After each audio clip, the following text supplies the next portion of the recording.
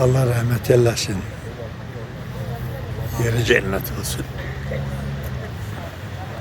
Yani gördüğümüzde bir şey.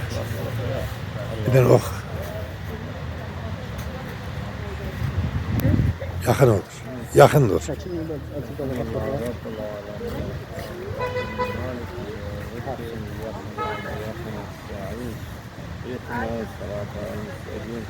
صراط الذين أنعمت عليهم غير المغضوب عليهم ولا الضالين بسم الله الرحمن الرحيم الله لا إله إلا هو الحي القيوم ما في السماوات وما في الأرض من ذا الذي يشفع عنده إلا بإذنه ينام بين أيديهم وخلفهم وليكن في السماوات والأرض ولجعل حسنه العلي العظيم بسم الله الرحمن الرحيم قل فالله أحد الله الصمد لم يلد ولم يولد ولم يكن له كفوا أحد اللهم صل على محمد. Bugünkü gündə 20 yanvar şəhidlərimizdir, əzizlərimizdir.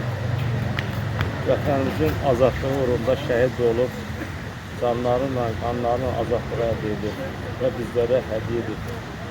Yerdə qalanlara Allah səbir versin, övladlarına, valideynlerine, doğmalarına ve bugünkü günde okuduğumuz bu ziyaretimizi Allah kabul eylesin.